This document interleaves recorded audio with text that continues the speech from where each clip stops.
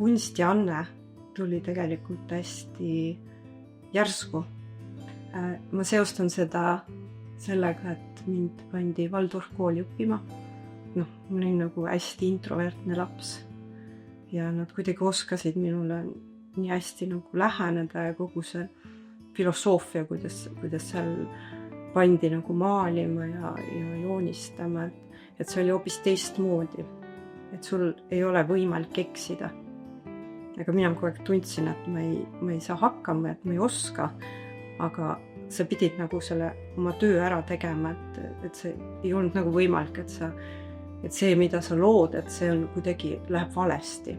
Ja ma mäletan seda nii täpselt, kuidas ma üks hetk sain sellest aru ja siis kuidagi see hirm nagu lahustus ära ja siis kuidagi hästi järsku löö sai nagu see, kuidagi see looming nagu sai minus alguse.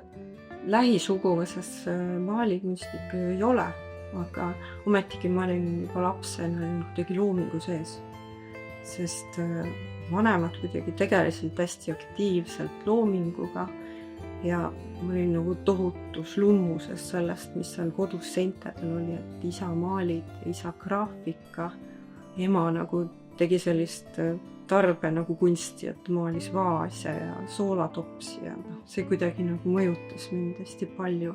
Et selline huvitav seos, mida ma sain tegelikult alles õpingu ajal, sain sellest teada, on see, et isa poolt vanaema väga soovis minna Pallasesse maali õppima. Olude ja aja sunnil see ei olnud võimalik. Naisterahvastel oli sellel ajal kunstiõpingud, nõudsid finantsi, mida tal ei olnud. Teiste kaudu olen saanud teada, kuidas see soov ja see kirg ja see kutsumus oli tegelikult hästi suur. Ja ta suri suhteliselt noored, minu vanuselt umbes. Ja oli 3 tütrest noorim.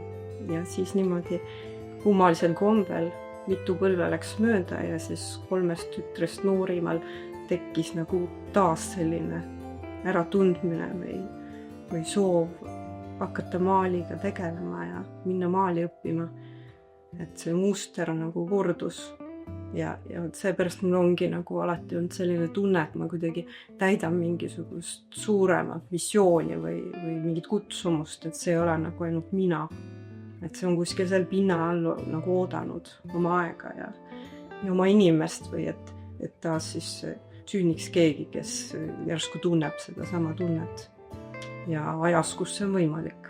Nii et kui ma läksin maali õppima, siis ega mul teisi valikuid tegelikult ei olnud. See oli minu nagu kindel teadmine.